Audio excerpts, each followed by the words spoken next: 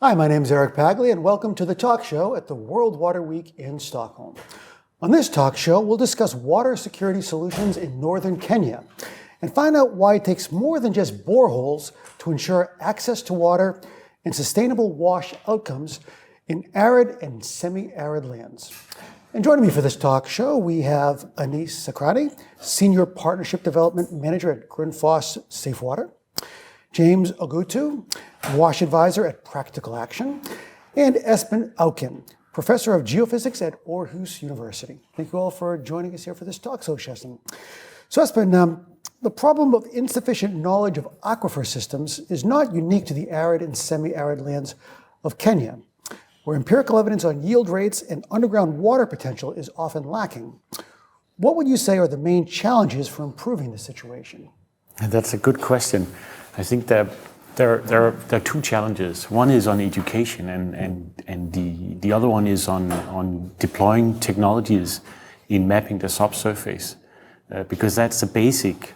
If we are scouting for water, want to locate a borehole, having knowledge about how the subsurface looks like before we do that ensures a sustainable extraction of water, and also the risk of putting a dry well is much reduced, because we all of a sudden got knowledge of the subsurface. One of the big problems is that the technology we have developed and are using in our part of the world is not necessarily reaching the refugee camps or the host communities or the poor parts of other parts of the world. And that is that gap of getting the technology we actually already have, getting it used and deployed, is a major problem, I think. And then that ties into having we need to create awareness, we need to create capacity among the technicians, among the people actually being in the field, measuring and so on. I mean, that there's an education stretch, and they also need to be made aware that they have to take this new technology and use it. So I'm really advocating we need to deploy and use new technology to know what we are doing before we drill, and by that we can estimate the resource, the size of the resource. And James, on the topic of technology, can you tell us how the academic and business communities are working to provide low-cost technologies to improve water quality in arid and semi-arid lands? Yes, thank you, Eric. Yes, looking at technology, and because once you do infrastructural development, then it comes with it issues around quality interventions, because again, if you don't really intervene on that, then there are health implications. So in terms of addressing the water quality, we are looking at a number of low-cost, technological aspects. We are looking at issues around defloridation, low-cost defloridation technologies, that then can improve the quality of water. But then it has to begin with water quality tests, because there's the big thing to do, investment in infrastructure. But now, before that, to avoid the health implications that you're talking about, then you really need to look at the water quality test, so that you're very sure of the parameter that you really need to address, the parameter that you really need to address and work on. And then, so we are looking at defloridation technology, low-cost defloridation technologies that focusing on communities and schools. Schools in the sense that school can be an entry point to the community, and therefore the communities can be able to access water that's free of fluoride. Again, we are looking at fluoride levels of, in northern part of Kenya, as high as, up to 4.5, going to around 4.8 parts per million. Again, that's high. So, and again, you cannot do so much. The only way is to address that question. So that's one. Two, we're also looking at issues around desalinization. But again, this can be so much involvement in terms of energy use. But again, you can also opt for those low cost. Three, we're also looking at basically water quality tests that around the household. We can work with the communities to look at how can you address water quality at points of use, because you couldn't do defloridation, you couldn't do desalination, but again, other than that, there are also those water handling, that goes with it. So you need to look at issues around behavior change communication around point of use water treatment. So combining the three, desalination, defluoridation, and also just basic water quality tests at the household level, focusing on point of use water treatment measures. Very good. And Anise, from your experience, what are the best approaches for locating groundwater resources in terms of optimizing water point and small-scale water utility management and subsequent water use behavior? So, Grundfos is a technology provider. We produce pumps. And actually, we got involved in trying to understand what it is to actually deliver a water service, because we felt that that would inform us on how to design our technologies better. And especially for the regions in sub-Saharan Africa and Asia where there is a lack of access to water. The interesting thing about a utility is that it's a split incentive. The operator of the system needs to earn money to be sustainable, to earn a profit if it's a private sector. And at the same time, we want communities to use water. That's the whole point. We want them to be empowered to be able to use water, both for health purposes, but also for productivity.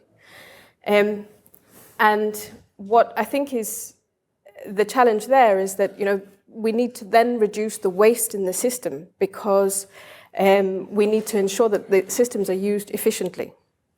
So when we're protecting groundwater, we need to remember that the actual objective is almost counter to that objective of protecting the groundwater. So we need to look at the entire system, from the extraction, which I think you've been talking about, to the treatment, which James mentioned, around reverse osmosis. Are we using the right technologies? Because there's a lot of waste in those systems. And then the end use of the water. And for that, we think that prepaid technologies are really important, because they both empower communities to decide how much water they can afford to use if they're paying for it. And it also means that you're not getting the wastage from an open tap that's left running. And it's much more controlled in terms of wastage. And then finally, of course, the management of wastewater, which I think some of our colleagues in Grundfos are quite concerned about, isn't being addressed in that context. Very good. And development economists, governments, researchers, and academics alike have all stressed that public-private and public-academic partnerships are crucial for achieving effective WASH outcomes at scale. Is this kind of approach something that you all support in general? Yeah, and definitely. I think, for me with a university background, I think capacity building among partners is extremely important. We can have all these fantastic technologies, but if they cannot be received, but also building capacity is also the same as basically you're also building willingness to receive and use these technologies, because you are replacing maybe something which is very old-fashioned, but you're comfortable with, and maybe it's even very low cost to deploy it. And now we have this. Now we're putting in with something which is much more expensive, but it will also give you much more. So there's a lot about capacity building, at least for me as with a university background. James, what are your thoughts on this? Yes, absolutely, Eric.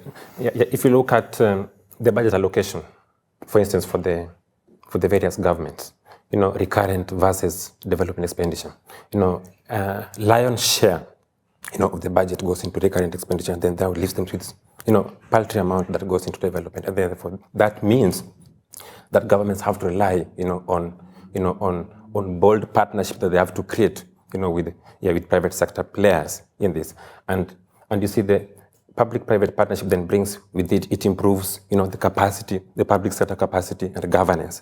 Something that probably may be looking at the budget that is allocated for development then may not be enough. Then two, there's the aspect of financing. With that, then it means that the public sector is able to finance a number of infrastructural projects that otherwise they will not be able to do, with the paltry amount that is allocated for development spend. So I agree that it's something that really need to be very keen on, because there are those opportunities that we are able to improve in terms of how we want to achieve our our objectives, because that's the only way we can be able to be strategic enough and ensure that we achieve those objectives that you've set, as public sector players. So it's something that's very key and really needs to be embraced, by the public sector. Thank you. So, I mean, we have practical experience of a public-private partnership, which we're implementing in Ghana. And I think one of the benefits, of course, of the PPP mechanism, as it's called, is that it mobilizes resources to areas where are not necessarily a priority for government because of the financial constraints that governments face. So, and it makes intrinsic a professionalism in the service that's delivered. But I think the key to successful PPPs is also ensuring that the private sector is meeting performance standards. So setting those standards and ensuring that they actually live up to them. And as a final question, I'd like to hear your thoughts and outlooks for the future. I mean, looking ahead over the next 3 to 5 years, what do you see as the best strategy for improving water security and sustainable wash outcomes in northern Kenya? Anise, perhaps you can continue. Sure. I think the key word is efficiency. So I know our colleagues at Grundfos are spending a lot of time trying to understand how can we develop technologies that can help with monitoring using digital solutions. And hopefully, integrating this into rural water systems that, make it an affordable investment as well. But I think at the end of the day, we need to be thinking in terms of systems and reducing what we call non-revenue water as much as possible in that, so that we can still increase access to water, but without it having a detrimental effect on resources. James? Yes, thanks. Yes, looking forward, and for us at Practical Action and with support from Grundfos Foundation, one thing that we've established and we've realized is that, we have insufficient aquifer knowledge that Esben already alluded to. And for us, we are looking at, making deliberate efforts to ensure that we really have enough data in terms of the aquifers that we have, so that any development that we want to embark on, is informed by adequate, aquifer information that we have. So deliberate efforts to ensure that we have proper, data mining that takes place, and therefore whoever comes in then can just have more like a repository, of information that we can really look into and begin to make investments. So that's number one.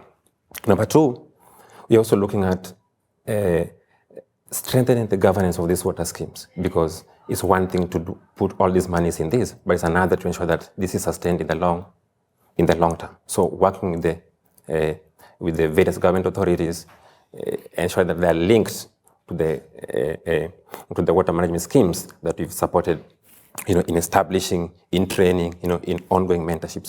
So again, looking at how can we really strengthen their capacity in terms of fundraising, proposal development, so that they're able to look for more and more partners and financing in most of their projects. So that for us is very key.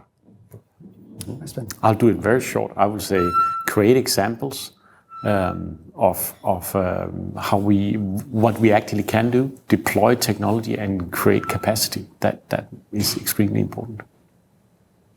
Okay, well, thank you all very much for sharing your expertise on how to improve water security and wash outcomes in northern Kenya. So thank you very much for joining us here on this talk show. Thank you. Thank you. And thank you for watching this episode of the talk show. Stay tuned for more sessions throughout the World Water Week.